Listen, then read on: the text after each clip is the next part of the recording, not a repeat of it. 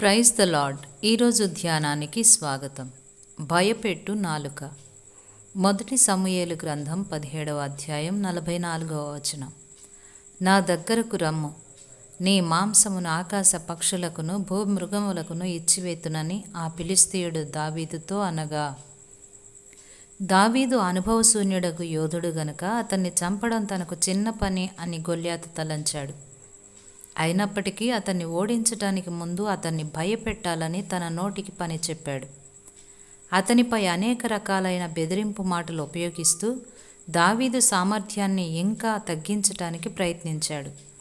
ఇదంతా ఎదుటివానిని భయపెట్టడానికి ప్రతి బీరువు పలికే ఎత్తుగడ. అయితే గొల్యాతు ఊహించినట్టు దావీదు స్పందించలేదు. అతడు ఎలాంటి భయానికి లొంగక తన దేవుని యందు తనకున్న విశ్వాసాన్ని స్థిరంగా ప్రకటించాడు. మొదటి సమూయేలు గ్రంథం 17వ అధ్యాయం 45-46 వచనాల్లో ఈ విధంగా ఉంది. దావీదు, నీవు కత్తియు ఈటెయు బల్లెమును ధరించుకుని నా మీదికి వచ్చుచున్నావు. అయితే నీవు తిరస్కరించిన ఇశ్రాయేలీల సైన్యములకు అధిపతియగు యెహోవా పేరిట నేను నీ మీదికి వచ్చుచున్నాను. ఈ దినమున యెహోవా నిన్ను నా చేతికి అప్పగించును. నేను నిన్ను చంపి నీ తల తెగవేతును. ఇశ్రాయేలీల్లో దేవుడున్నాడని లోక నివాసులందరూ తెలుసుకున్నట్లు నేను ఈ దినమున ఫిలిష్తీయుల యొక్క కళేబరములను ఆకాశ పక్షులకును భూమృగములకును ఎత్తును. భయపెట్టేవాడు తన ప్రత్యర్థిని మానసికంగా బలహీనపరచటానికి మాటల యుద్ధానికి దిగుతాడు. కనుకనే భయపెట్టేవారి బెదిరింపులకు భయపడబోనని, దేవుడు నాకిచ్చిన శక్తి చేత నీ ఎత్తుగడలను తిప్పికొడతానని గట్టిగా జవాబివ్వాల్సిన అవసరం కొన్ని సందర్భాల్లో ఉంటుంది.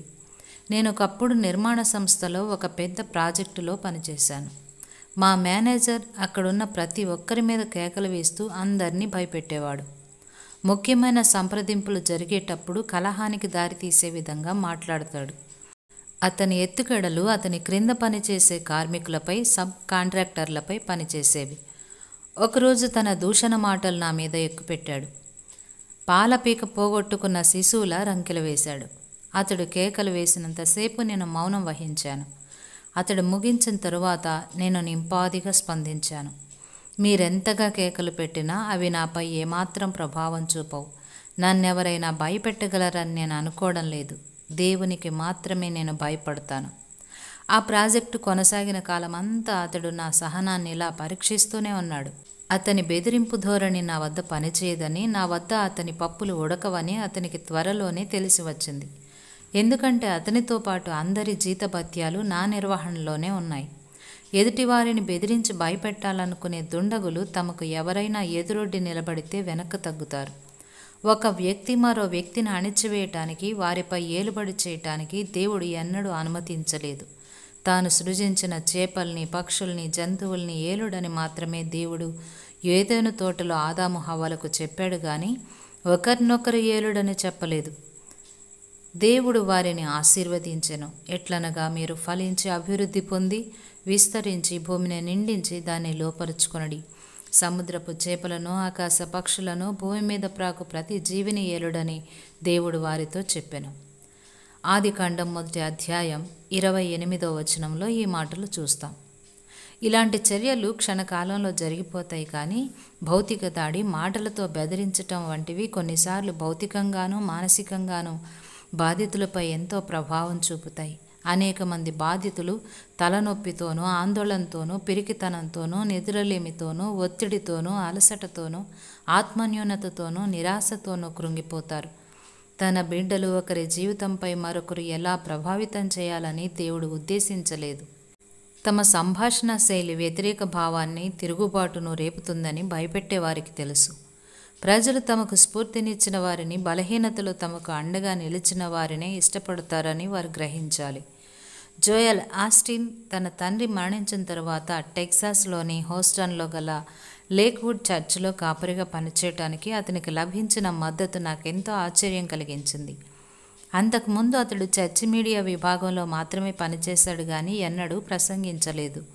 అకస్మాత్తుగా అతడు ఎంతో పేరొందిన, దేశవ్యాప్త గుర్తింపు పొందిన సంఘ పరిచర్య పగ్గాలు చేపట్టాల్సి వచ్చింది.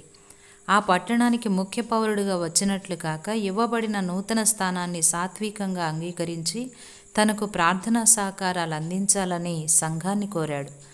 అనతి కాలంలోనే ఆ సంఘం అమెరికాలోని పెద్ద సంఘాల్లోనూ టెలివిజన్ ప్రసారాల్లోనూ ప్రముఖమైన వాటిలో ఒకటిగా గుర్తింపు పొందింది.